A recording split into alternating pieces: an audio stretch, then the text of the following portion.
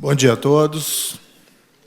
Eu gostaria inicialmente de agradecer o gentil convite que me foi feito pela Caert já há algum tempo, mas foi muito bom ter conseguido encaixar esse compromisso, não é? Vir aqui e tão dileta a plateia, tão carinhosa a plateia. E vou agregar um segredo: minha filha é catarinense, minha filha nasceu Barriga Verde, né? Nasceu em Joinville. Cumprimentar, então, o presidente da Caert, o senhor Marcelo Petrelli, também o seu pai Mário Petrelli, muito carinho em relação a ele. Agradecer aqui o Tribunal de Justiça de Santa Catarina, na pessoa do presidente Rodrigo Colasso, né, por ser anfitrião da casa, e também pelas palavras gentis, na pessoa de quem toma a liberdade de cumprimentar todos os desembargadores dessa casa e, igualmente, outros magistrados. Um agradecimento especial aos queridos senadores Jorginho Melo e Esperidião Amin, têm sido apoiadores das políticas do Ministério da Justiça e Segurança Pública. Eu agradeço a presença. Cumprimentar igualmente todos os parlamentares federais aqui presentes, deputado Darcy Matos, deputada Ângela Min, deputado Daniel Freitas, Hélio Costa, demais parlamentares. Agradeço, fico honrado pela presença de vossas excelências. Cumprimentar igualmente a vice-governadora do Estado de Santa Catarina, o senhor prefeito de Florianópolis, Jair Loureiro, prefeito de Chapecó, presidente do Tribunal Eleitoral de Santa Catarina, Cid José, deputados estaduais, secretários de estados. Um cumprimento especial também ao Coronel Araújo, comandante da Polícia Militar, que tem sido um parceiro do Ministério da Justiça e Segurança Pública. À tarde temos compromissos com ele e com o governador Moisés. Será um prazer também acompanhá-los. Senhoras e senhores, eu confesso que de vez em quando eu fecho os olhos e parece que eu estou de novo lá na 13ª Vara Federal, né? Não sei se mudou tanto assim, embora a perspectiva, a natureza do trabalho é bastante diferente. Como juiz, tem os casos concretos, nós temos que aplicar a lei, fazer justiça aplicando a lei. Como ministro da Justiça, as atribuições são um pouco mais vastas, mas, no fundo, eu vejo um pouco esse trabalho como ministro como uma continuidade do trabalho que era feito. O lema do nosso ministério reflete exatamente o que a gente pretendeu fazer sempre como juiz e agora pretendemos fazer como ministro da Justiça. Fazer a coisa certa, do jeito certo, pelos motivos certos. Essa correção, não que estejamos sempre corretos, nós cometemos nossos erros, mas aquela pretensão de fazer a coisa certa. Isso eu acho que é essencialmente importante na vida de qualquer homem, de qualquer mulher que se dedica à vida pública. A ideia da integridade, a ideia de fazer as coisas do jeito certo. Do outro lado, agora como ministro, e mesmo antes como juiz, o trabalho não é fácil. Não é? As dificuldades são imensas. Existe, acho que a força mais poderosa do universo, que é a inércia. E mudar é difícil. E mudar, muitas vezes contrariando interesses poderosos, é extremamente dificultoso. A Operação Lava Jato não foi algo trivial, singelo. Foi muito difícil. Nós temos que reconhecer que nós temos uma tradição da impunidade, da grande corrupção. E a Lava Jato, com suas virtudes, com os eventuais erros, mas ela mudou esse padrão de impunidade. Pessoas antes tidas como inimputáveis pelo poder político ou econômico que detinham, responderam pelos seus crimes perante às Cortes de Justiça. E não foi fácil, né? Durante todo esse período dos últimos 5 anos como juiz, tivemos reveses, tivemos momentos de tensão, momentos em que nós pensávamos, será que acabou, né? Será que chegamos no nosso limite? Daqui para frente será apenas um retrocesso? Mas mesmo nesses momentos de dificuldade, nós não desistimos, nós seguimos adiante, confiando naquela ideia de fazer o nosso trabalho, fazer a coisa certa, cumpra o seu dever e arque com as consequências. No Ministério da Justiça e Segurança Pública não é diferente, né? Também as dificuldades são muitas, em um nível até mais macro e em um nível de atribuições maiores. Não é só o problema da corrupção, é o problema da segurança pública, é o problema do crime organizado, é o problema da criminalidade violenta. Igualmente, isso é um dado muito importante, aqui mencionado pelo desembargador Rodrigo Colasso. Apesar das dificuldades, apesar do desejo de seguir adiante, de fazer a coisa certa, o ponto mais importante, nós não estávamos sozinhos, né? Não foi um trabalho de um homem só, evidentemente, foi um trabalho institucional. Vários magistrados, procuradores, policiais e um imenso apoio da sociedade civil, que percebia a necessidade da mudança. Isso também se reflete no presente momento como ministro da Justiça e Segurança Pública. Há dificuldades, mas nós seguimos adiante, não desistimos e contamos com o apoio da sociedade civil, de outras instituições, para que nós possamos vencer todos esses desafios que nos apresentam. Então, de certa forma, eu vejo esse trabalho como ministro de Justiça e Segurança Pública como uma continuidade, né, como um passo adiante na carreira de magistrado. Confesso que quando foi formalizado o convite pelo presidente Jair Bolsonaro, 1º de novembro de 2018, daqui a pouco faz um ano, não é? Confesso que haviam muitas razões para não aceitar. Abandonaria uma carreira de juiz, magistrado, um caminho sem volta, de certa maneira um salto no escuro. Eu mal conhecia o presidente, então eleito, apesar de alguns afirmarem ao contrário.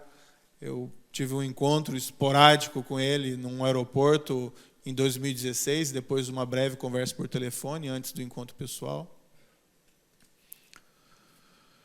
Mas ali se estava diante de um desafio, não é? De tentar levar esse trabalho que tinha sido feito contra a grande corrupção para um nível maior. E, por outro lado, a percepção de que nós precisamos avançar também como país em relação à criminalidade violenta e à criminalidade organizada. E fui até o presidente a convite, e a conversa gerou em torno desse compromisso. Não é? Alguma fantasia sobre condições para aceitar compromissos, para aceitar esse trabalho. No fundo, a única condição e o compromisso foi a convergência minha entre o presidente, que nós precisávamos trabalhar para consolidar os avanços contra a grande corrupção e para que nós também avançássemos contra o crime organizado e a criminalidade violenta. E esse foi o compromisso assumido com o presidente e o compromisso que nós mantemos até hoje, né? E manteremos também no futuro, manteremos também amanhã.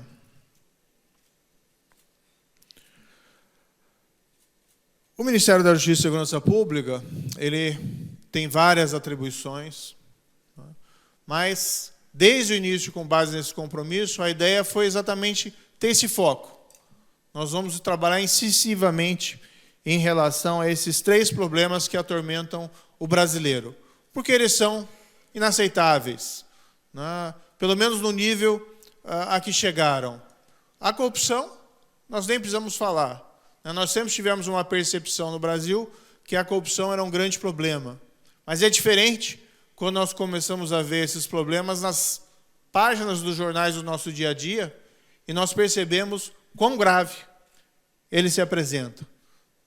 Uma corrupção verificada no âmbito da Operação Lava Jato e também em outras operações, investigações, até o caso do Mensalão anteriormente, uma corrupção dita sistêmica, um sistema de corrupção e não a corrupção como uma prática esporádica, isolada no tempo e espaço, mas sim um hábito, não é? Um hábito que gera deterioração não só da saúde dos nossos cofres públicos e da nossa própria economia, mas da nossa dignidade, como país. Crime organizado. O que nós assistimos nos últimos 15 anos foi um crescimento e um fortalecimento das organizações criminosas, ilustrada por fenômenos que nos entristecem, em maior ou menor grau em cada local do país, mas fenômenos que não deveriam ocorrer.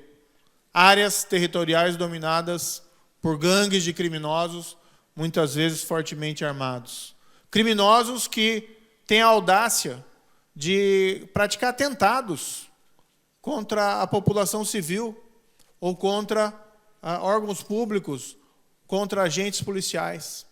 E esses acontecimentos se sucederam nos últimos 10 anos de uma maneira extremamente preocupante. Vamos lembrar os ataques do PCC em São Paulo, ataques do Comando Vermelho no Rio de Janeiro, este ano os ataques no Ceará.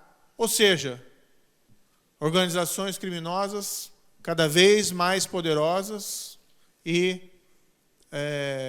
sem que encontrassem uma oposição robusta, uma política pública firme por parte das forças de segurança pública. Criminalidade violenta. Isso pode ser ilustrado aí pelo recorde negativo de assassinatos que tivemos em 2016 no Brasil. Mais de 60 mil assassinatos. Números dignos de uma guerra civil. Eu lembro um pouco, gosto de fazer um paralelo com aquele período que vivenciamos na década de 80 e começo da década de 90, com o descontrole da hiperinflação. A hiperinflação chegou a um ponto, pela sua duração e pelos percentuais de descontrole dos preços privados e públicos, que os brasileiros começaram a aceitar aquilo como se fosse algo normal. O que estava errado não era a inflação. Quem estava errado eram os brasileiros de achar que aquele não era o normal. Ou seja, nós devíamos não lutar contra a inflação, mas aprender a conviver com a inflação. E esse nível de descontrole da segurança pública, ilustrada por esses 60 mil assassinatos, que se sucedem ano a ano, vieram num crescente nos últimos 15 anos, e diga-se, mesmo em um período antes da crise econômica, mesmo durante o período da prosperidade econômica, o número de crimes subiu significativamente, gerando uma impressão aos brasileiros que aquilo é inevitável, que aquilo é um destino manifesto, que nós temos que aprender a conviver com essa criminalidade exacerbada, que nós temos que quem tem maior renda, se trancar em condomínios que parecem quase quartéis, que um pequeno comerciante de esquina tem a necessidade de contratar um segurança privado para evitar assaltos sucessivos, que aquilo é o normal e que aquilo não é o anormal. Pois bem, nós assumimos o Ministério da Justiça e Segurança exatamente com esse propósito de, se nós podemos enfrentar a corrupção, nós podemos fazer algo também sólido em relação a esses outros problemas que afligem o brasileiro. Não existe ao Brasil um destino manifesto de ser uma terra sem lei, uma terra sem justiça, uma terra de crime. Nós podemos, sim, avançar com políticas públicas consistentes para resolver cada um desses problemas. Essa é a crença que me motivou a aceitar esse cargo de Ministro da Justiça e Segurança Pública. Não que tenha a pretensão de ser imprescindível ou que possa realizar esse trabalho sozinho. Nós contamos, evidentemente, com o apoio de todos. Essa é uma tarefa de um país e não a tarefa de indivíduos específicos. Mas a crença de que nós podemos avançar nessas áreas é fundamental. E nós temos avançado. Aqui, se me permitirem, eu não tenho condições de expor tudo o que fizemos dentro do Ministério desde então, mas gostaria de fazer algumas referências específicas. Quanto à corrupção, um dos primeiros passos foi reforçar as equipes de investigação na Polícia Federal encarregadas de investigar crimes de corrupção, especialmente no âmbito da Operação Lava Jato. Esse foi um dos primeiros compromissos. Isso nós vimos de uma maneira muito significativa em Brasília, uma equipe que estava praticamente desmantelada, havia sido desconstruída em gestões anteriores, a equipe foi reerguida e renovada. Sabendo da necessidade de pessoal da Polícia Federal, com autorização do presidente Jair Bolsonaro, nós ampliamos o número de convocados de 500 para 1.000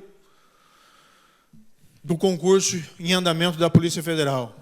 500 desses novos homens e mulheres vão tomar posse agora até o final do ano, e mais 500 no primeiro semestre do próximo ano, com a realização dos cursos da Academia de Polícia. Isso vai levar a um fortalecimento da Polícia Federal e permitir que nós possamos vencer as dificuldades com a falta de pessoal. Nós adotamos lá também uma política de buscar estimular a criação de delegacias anticorrupção em todas as unidades da federação. Nós temos, dentre os instrumentos para incentivar a formulação de políticas públicas dentro do Ministério, o Fundo Nacional de Segurança Pública, que basicamente é composto de valores vindos de diversas fontes e 50% desses valores devem ser distribuídos aos estados e ao Distrito Federal para investimento em segurança pública. E nós temos condições de definir critérios de distribuição para os estados e Distrito Federal desses valores. Claro que aí os critérios têm que ser republicanos, os critérios não podem ser discriminatórios, mas desde que cumpram esses requisitos, nós podemos adotá-los. E entre os critérios que nós consignamos foi a exigência de que cada estado crie ou mantenha uma unidade especializada para a investigação de crimes de corrupção em seu território. Porque a corrupção não pode ser um trabalho exclusivo da Polícia Federal. A Polícia Federal tem a sua expertise, com todo o respeito aos demais, a melhor polícia judiciária, considerando a tradição, considerando o treinamento, considerando os recursos, a melhor polícia judiciária do país. Existem outras também de equivalente qualidade, mas a Polícia Federal não pode fazer esse trabalho sozinho. Investigar e combater a corrupção também tem que ser uma tarefa das instituições estaduais.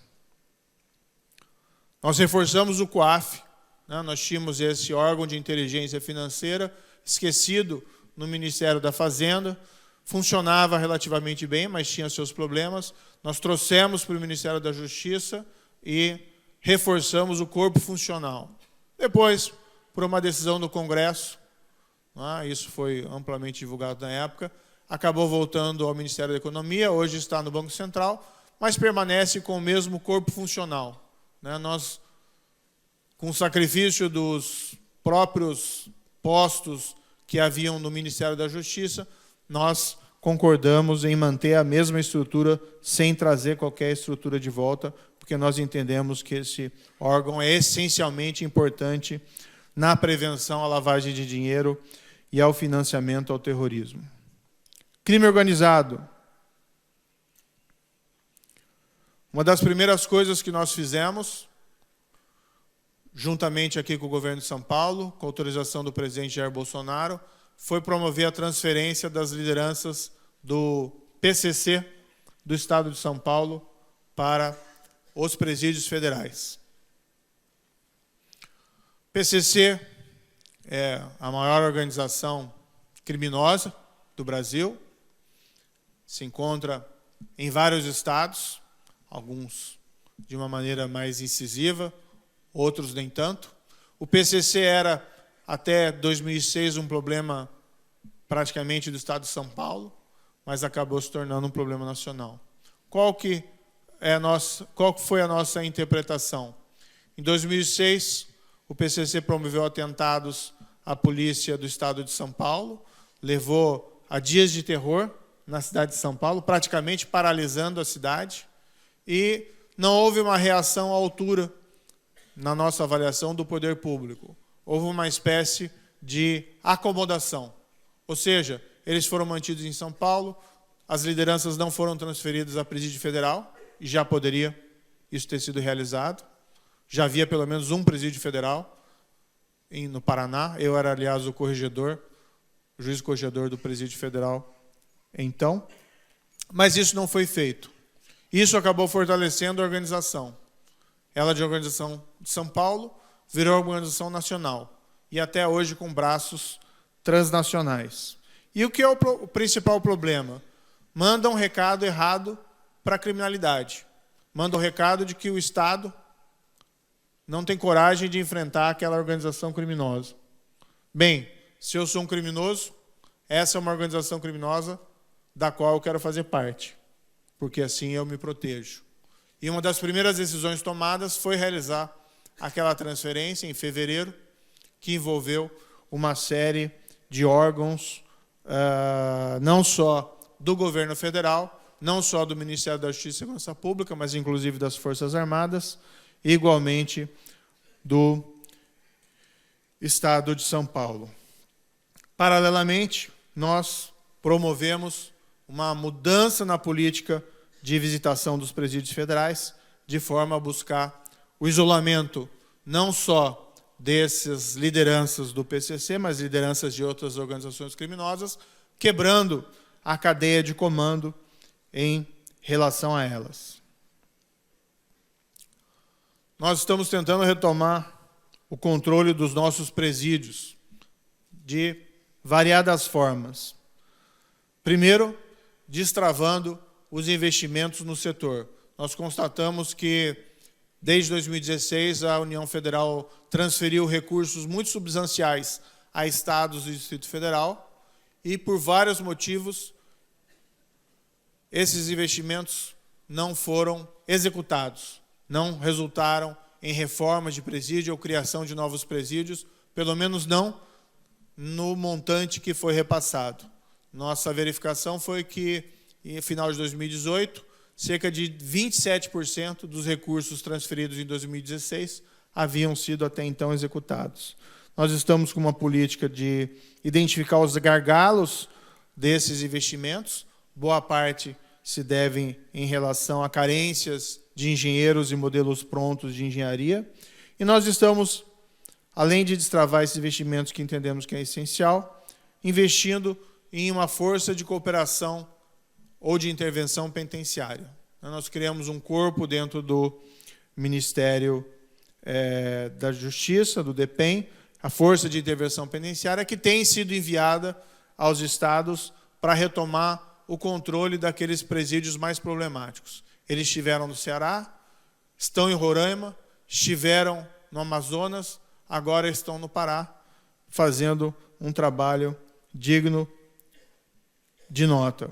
Temos a previsão também de criação de mais 22 vagas no sistema prisional até o fim desse ano. Nós estamos, além disso, investindo bastante em integração. Nós temos que reconhecer que o Brasil tem um problema fiscal sério, que os recursos são limitados, sejam os recursos humanos, sejam os recursos tecnológicos, sejam os recursos financeiros.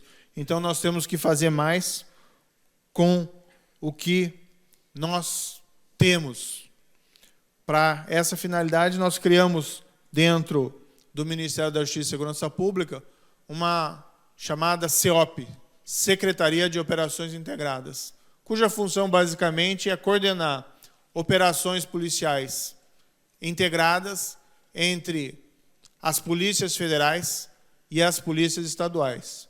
E já realizaram diversas operações dignas de nota nesse ano. A própria transferência das lideranças prisionais, das lideranças do crime organizado para os presídios federais, Operação Luz da Infância, que é uma coordenação de com as polícias civis e com a Polícia Federal do país inteiro para prisão simultânea de pessoas envolvidas em exploração sexual infantil. Operação Cronos, destinada aí a cumprir mandados de prisão contra homicidas que se encontram abertos.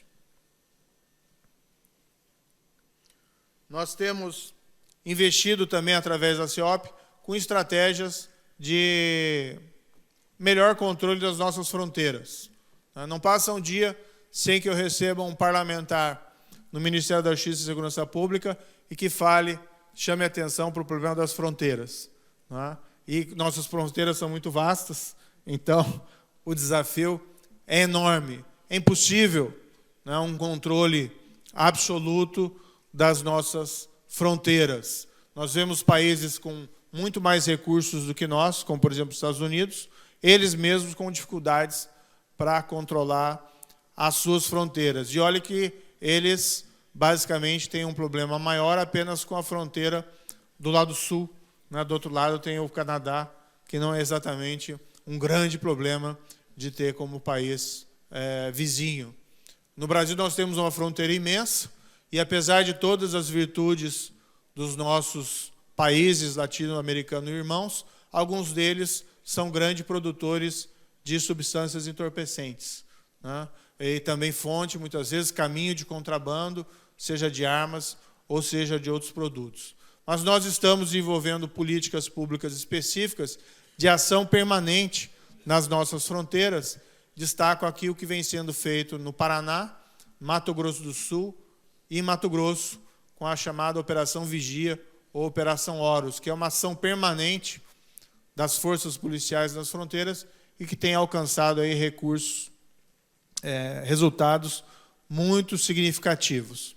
A ilustrar, embora não relacionado exatamente a essa questão de fronteira, mas é um trabalho da Polícia Federal.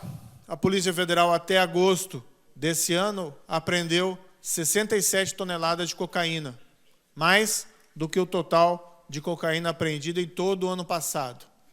No ano passado, até agosto, havia sido apreendido apenas 39 toneladas, quase que dobramos o total de droga apreendida. Isso é importante, porque retira droga de circulação, protege, portanto, as nossas crianças, adolescentes e famílias, e, igualmente, retira aí recursos do crime organizado que utiliza o lucro com essas drogas, muitas vezes para financiar outras atividades criminosas. Nós estamos investindo também em dados, em inteligência, em mecanismos para que nós possamos formular políticas públicas baseadas em evidências no âmbito da segurança pública. Nós temos hoje, ou melhor, nós temos desde março desse ano, estatísticas oficiais nacionais relacionadas aos principais indicadores criminais. Isso é um tanto quanto surpreendente, mas até março desse ano nós não tínhamos estatísticas oficiais nacionais na área criminal. Nós tínhamos institutos que faziam um trabalho relevante, basicamente organizações não governamentais, que compilavam esses dados e publicavam esses dados, mas nós não tínhamos até então estatísticas oficiais, o que é algo extremamente assustador.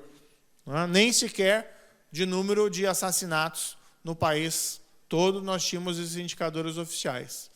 Nós, continuando uma política pública que veio dos governos anteriores, conseguimos finalmente completar o nosso sistema de estatísticas oficiais, o Cinesp, e hoje nós temos esses dados disponíveis na página do Ministério da Justiça e Segurança Pública, ainda que com um atraso de 3 meses, que é o tempo de compilação desses dados, mas nós temos estatísticas oficiais baseadas em registros constantes em boletim de ocorrência. E nós temos uma proposta sólida, né, para o enfrentamento da criminalidade violenta, que é o programa Em Frente Brasil. Esse programa, através desse programa, nós selecionamos 5 cidades, uma em cada região do país, com o propósito de ter uma atuação mais incisiva do governo federal, juntamente com o governo estadual e com o governo municipal, contra a criminalidade violenta. A ideia, como já disse, é a integração. Ao invés da União Federal fazer como fez no passado e assumir uma postura basicamente reativa à crise de segurança pública, tem uma crise no Rio de Janeiro, manda a Força Nacional. Tem uma crise no Mato Grosso, manda a Força Nacional. Tem uma crise no Ceará, manda a Força Nacional. Nós estamos querendo nos antecipar a essas crises. Então, nós selecionamos 5 cidades com indicadores elevados de crimes, notadamente aqui de assassinatos, e nós estamos enviando a Força Nacional, quer dizer, já enviamos, não só polícia ostensiva, mas também polícia judiciária, e estamos promovendo naquele local uma integração profunda entre as forças policiais federais, Força Nacional, Polícia Federal e Polícia Rodoviária Federal, com as forças policiais locais, Polícia Militar e Polícia Civil, além da Guarda Municipal, onde existente. A ideia é nós termos uma saturação da atuação policial naquelas cidades de altos índices de violência e dentro das cidades dos bairros mais violentos, e nós aliarmos essa atuação com a ação conjunta de políticas de outra natureza, sejam políticas sociais ou políticas urbanísticas, que possam ter um impacto na redução da criminalidade. Dizem, por exemplo, que o melhor policial é um poste de luz. Então, basicamente, a ideia é pegar políticas já existentes dentro do governo federal e focalizá-las juntas com essa atuação mais incisiva das forças policiais nessas cidades com elevados índices de criminalidade. Um projeto piloto. Eu até ouvi algumas críticas de que, embora relevante, ele é tímido, porque são só 5 cidades, mas, como eu disse, é um projeto piloto e nós queremos aprender com os nossos acertos e com os nossos erros. Não queremos dar passos maiores do que a nossa perna, como foi feito no passado com programas de redução da violência urbana e que, por uma expansão descontrolada, acabaram não gerando bons resultados. Nós estamos com um projeto também importante no âmbito do controle de fronteiras, que é o nosso projeto chamado Fusion Center. Para explicar o que é esse projeto, nós trouxemos esse modelo dos Estados Unidos. Nos Estados Unidos, após o 11 de setembro, houve uma grande reflexão acerca do que teria acontecido de errado. por que aquele atentado não foi descoberto antes de ocorrer. E uma constatação foi que várias agências encarregadas da aplicação da lei, ou agências de inteligência, tinham fragmentos de informação que, se reunidos, poderiam ter prevenido aqueles atentados. O que eles passaram a fazer a partir de então é a criação de escritórios integrados, não é? Nos quais agentes representantes de várias agências da lei ou de agências de inteligência atuam integrados, compartilhando o banco de dados e inteligência. Nós temos um projeto piloto para a área de fronteiras. O primeiro vai começar a funcionar em Foz do Iguaçu ainda nesse segundo semestre, né? Estamos procurando encontrar um bom nome, porque não podemos chamar de Fusion Center, né? Precisamos achar um bom acrônimo, mas a ideia é ter uma força-tarefa permanente na fronteira, encarregada de reunir dados, inteligência e comando de operações contra crimes transfronteiriços. Tráfico de drogas, tráfico de armas, contrabando, lavagem de dinheiro, financiamento ao terrorismo. E, para esse primeiro momento, Foz do Iguaçu foi a escolha relativamente óbvia. Então, nós vamos colocar lá agentes da Polícia Federal, agentes da Polícia Rodoviária Federal, agentes das polícias locais, não necessariamente só do estado do Paraná, porque Foz do Iguaçu é uma caixa de ressonância para o país inteiro, e contrabando de armas e drogas que passam por ali são levados para todos os cantos desse país, não somente ali para aquela região. Agentes da Receita Federal, agentes das Forças Armadas, tudo para colocar sobre o mesmo teto, bancos de dados de agências relevantes e, igualmente, inteligência e comando de operações. Essa experiência também nós queremos, é um projeto piloto, queremos aprender com nossos erros e acertos e queremos expandir depois esse projeto para outras fronteiras ou até para outras finalidades. Por exemplo, criação de uma força-tarefa permanente nesses moldes contra o crime organizado em regiões urbanas problemáticas. Ou seja, o remédio é a integração. Também estamos cuidando dos aspectos de avanços científicos na área da segurança pública. E aqui eu destaco como exemplo o Banco Nacional de Perfis Genéticos. Então, o que é o Banco Nacional de Perfis Genéticos? Ele foi criado em 2012 por uma lei federal. E o que é ali previsto? Que em locais do crime que forem encontrados vestígios corpóreos, seja extraído o perfil genético. É a forma de escolher uma moderna impressão digital do provável autor do crime. Então, um fio de cabelo, um resquício de pele, um sangue, eventualmente em crimes sexuais, esperma. Isso vai para um banco de dados. E o banco de dados também é preenchido através da coleta do perfil genético de pessoas condenadas por crimes violentos ou hediondos. Também uma moderna impressão digital. Ninguém aqui quer fazer pesquisa genética de uma espécie de genoma criminoso, mas sim colher uma espécie de impressão digital. Por que não ficar na impressão digital? Porque evitar deixar impressão digital em local do crime, basta uma luva, enquanto que não deixar o vestígio corpóreo é algo mais complexo. A lei foi publicada em 2012, mas não foi executada. Havia muita resistência dentro do governo federal em executar essa lei, ou seja, colher o perfil genético, principalmente da população carcerária. O nosso governo tem uma política diferente. A nossa expectativa é chegar até 2022 com o nosso Banco Nacional de Perfis Genéticos completo, ou seja, colher de todos aqueles que estejam abrangidos pela lei. Isso tem um potencial para a resolução de crimes extremamente significativo. Não é uma criação brasileira, outros países têm esse Banco Nacional de Perfis Genéticos, encontrando aí resultados extremamente satisfatórios. Não ocasionalmente, nós lemos na imprensa que, com o avanço da coleta desse perfil genético, crimes que não eram identificados venham a ser paulatinamente resolvidos. Recentemente, em Goiás, através da coleta do perfil genético de um criminoso, se descobriu ele como responsável por 22 estupros, só naquele estado, com a perspectiva de ser responsável por estupros em vários outros locais do país. Recentemente,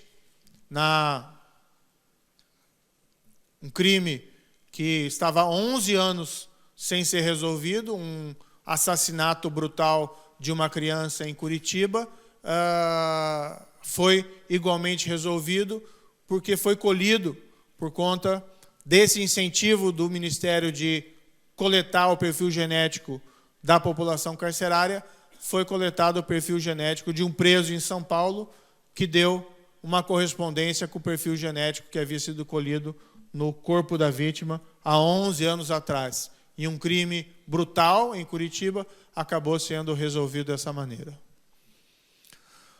Essas são apenas algumas das políticas que nós temos adotado lá dentro do Ministério. E permita mencionar mais uma. O pacote anticrime. Nós encaminhamos ao Congresso no início do ano. Nós compreendemos que o Congresso deu o foco especial na nova Previdência, que é, de fato, uma reforma fundamental para a saúde fiscal e economia do Brasil, tendo em vista o incremento etário, né, ótimo, o que é muito positivo, da população brasileira, mas que leva à necessidade de revisão das políticas de previdência pública. Nós compreendemos, então, esse foco e, a meu ver, é o momento de nós começarmos a discutir esse pacote anticrime. O governo federal, na quinta-feira, vai lançar a campanha publicitária do pacote anticrime. Vai ser uma cerimônia no Palácio Planalto, 9 horas de quinta-feira. Todos estão convidados, especialmente aí os parlamentares federais. Nós entendemos que há muito a que se fazer com medidas executivas do enfrentamento da criminalidade. Aqui eu fiz um rol de algumas, né, ações que nós tomamos e que nós reputamos que foram relevantes. E vejam que nós temos uma redução da criminalidade no país inteiro desde o começo do ano, em torno de 20% a menos de assassinatos. Não que isso seja um mérito do governo federal, é um mérito dos governos estaduais e dos próprios governos municipais que têm tido uma atuação mais incisiva nessa área, refletindo até compromissos da campanha eleitoral do ano passado. Mas também existe aí uma mão do governo federal, uma influência do governo federal com essas políticas, por exemplo, de apreensões recorde de droga, de enfrentamento da criminalidade organizada, de políticas focadas na redução da criminalidade violenta, entre outras. Então, isso tem sido positivo. Se pode avançar mais com medidas executivas, e é o que nós pretendemos fazer.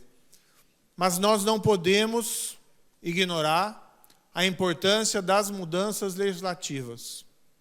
Seja porque elas, bem planejadas, geram políticas públicas mais eficientes no combate à criminalidade. Vou destacar apenas uma proposta do pacote anticrime. Quem for condenado por crime de assassinato pelo tribunal do júri passa desde logo até a sua pena executada. Assim, nós revitalizamos a importância do tribunal do júri. Nós temos ele na nossa Constituição. É uma construção que vem desde o século XIII da Inglaterra, né, a pessoa ser julgada pelos seus próprios pares. Nós atribuímos ao júri a soberania dos seus vereditos, mas, na prática, a nossa legislação nega qualquer eficácia e poder ao tribunal do júri, porque todas as suas decisões têm que ser submetidas à corte de apelação para que elas tenham efeito, contrariando o que é praxe no resto do mundo, em que, condenado pelo tribunal do júri, a condenação do tribunal do júri tem uma eficácia imediata. E é o que nós propomos aqui no Brasil.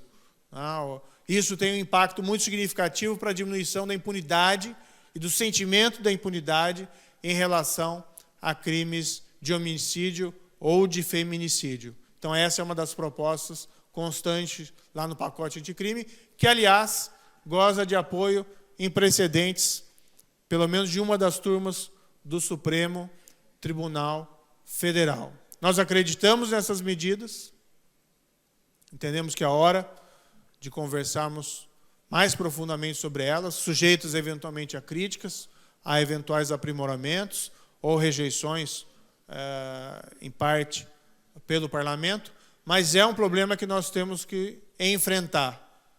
Não é? Além do mais, é importante transmitir, na minha opinião, uma mensagem clara do governo federal e do Congresso de que nós estamos aqui atentos em relação a esses desafios da nossa criminalidade elevada. Uma mensagem de que 60 mil homicídios por ano não é um número normal e aceitável. De que a impunidade da grande corrupção não é moralmente aceitável. De que nós não podemos ter uma política de convivência pacífica com essas grandes organizações criminosas. E a mensagem mais forte é aquela mensagem que pode vir do governo e do parlamento com a aprovação de leis rigorosas em relação a essa criminalidade. Aqui me permita dizer que fiquei um pouco de inveja do apoio da Acaerte para a reforma da Previdência e rogo, se possível, para que o nosso pacote anticrime possa gozar de igual apoio pela Acaerte e pela comunidade empresarial.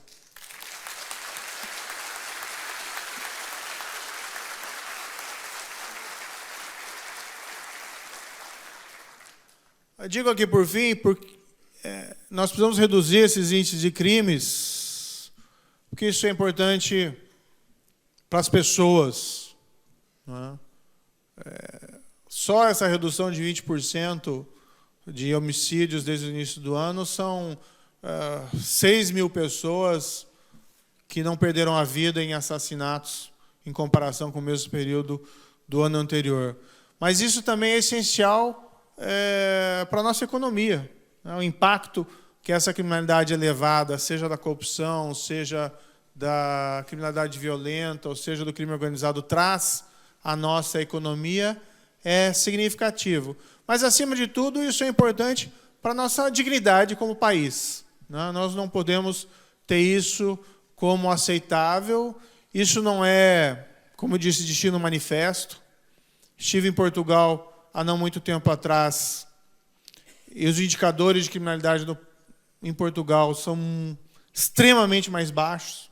Em 2016, eles tiveram 78 assassinatos no país inteiro. Nós tivemos 60 mil. Então, não é a nossa herança ibérica. A Argentina, do nosso lado, com problemas similares, em alguns aspectos até maiores, tem taxa relativa de assassinatos por volta de 6 por 100 mil habitantes. A nossa, mesmo com essa redução, é acima de 20. Enfim, nós não podemos aceitar que isso seja um destino manifesto, que isso seja uma espécie de ainda terra de degredo, né? Uma terra sem justiça e sem lei. E o propósito do Ministério da Justiça e de Segurança Pública, o meu propósito ali dentro, da minha equipe, do presidente Jair Bolsonaro, é de nós mudarmos esse quadro. E podem ter certeza de que não vamos desistir desse propósito específico. Muito obrigado.